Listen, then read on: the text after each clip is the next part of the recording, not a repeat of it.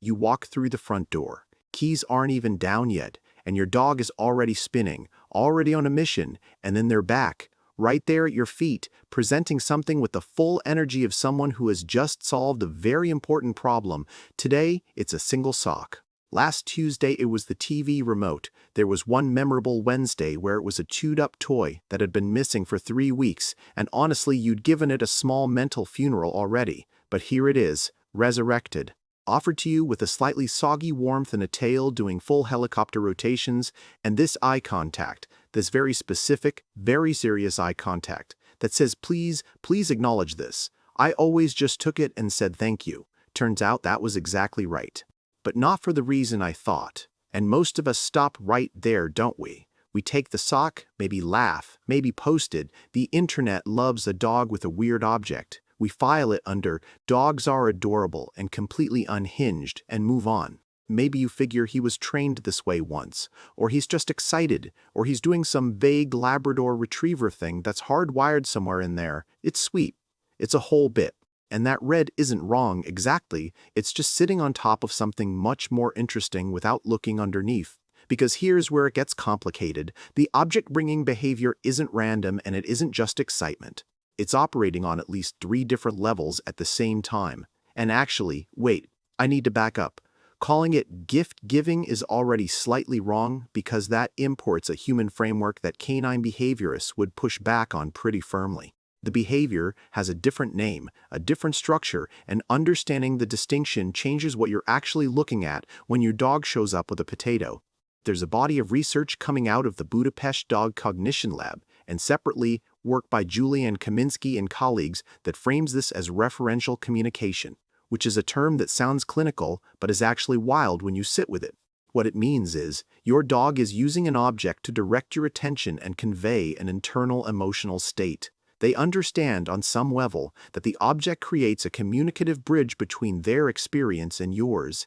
And what Kaminsky's research specifically found is that dogs bring objects more frequently to owners who respond, who make eye contact, who acknowledge, who participate in the ritual. They aren't doing this blindly. They're doing it to you because they learned you understand.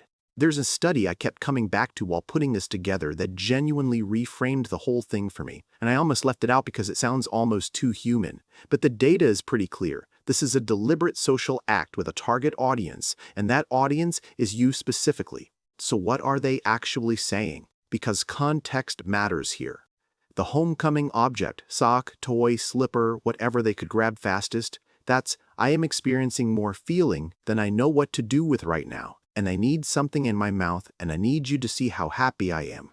The unprompted mid-evening offering when you're just sitting on the couch and suddenly there's a tennis ball in your lap, that's a bid for connection, a check-in. The toy drop during your worst day when you haven't even told anyone it's been a bad day, that's emotional atonement. Your dog read the room and extended something. And sometimes, after the offering, there are zoomies. Full detonation zoomies, which is the cortisol from the emotion finally finding a physical exit. They've been communicating this clearly this whole time, and most of us just thought it was a cute quirk. Here's the neuroscience piece, because it actually explains why the object specifically, carrying something, activates oral motor soothing pathways. It's a self-regulation mechanism, similar to how humans fidget or hold a cup of something warm when anxious. The dog is managing an emotional surge, and the object helps. Layer on top of that the dopamine anticipation loop. Your dog has learned that object plus owner interaction produces a consistent, reliable reward response. Your attention, your eye contact, your good boy. That loop gets neurologically reinforced until it becomes a bonding ritual with its own momentum. And if you've ever noticed that the sock somehow smells like corn chips by the time it reaches you, that's the Frito pause reality. The item gets scent marked with their specific chemical signature of excitement. That soggy warmth isn't just gross, it's evidence. Here's what makes this behavior genuinely distinct though. Wolves don't do this. Not like this. Object presentation to a social partner as a communicative act is a domestication-specific adaptation. It exists because it worked. Humans responded, bonds deepened. The dogs who did it thrived. Your dog bringing you a random object is a behavior that only exists because humans and dogs shaped each other into it over 15,000 years of living together. Labradors have turned it into essentially a full vocation. Cats observe this behavior with undisguised contempt, and somewhere a Basenji is pretending they invented the whole concept. Hold up a wrecked, destroyed toy, the saddest version you have. Most owners experience several variations of this and never fully decode them. The dog who brings the same wrecked toy every single time, that toy is the chosen item, the ritual object, the thing that reliably produces the right response. The one who does a full circuit of the room before presenting it, that's the anticipation loop firing in real time, the behavior building its own momentum.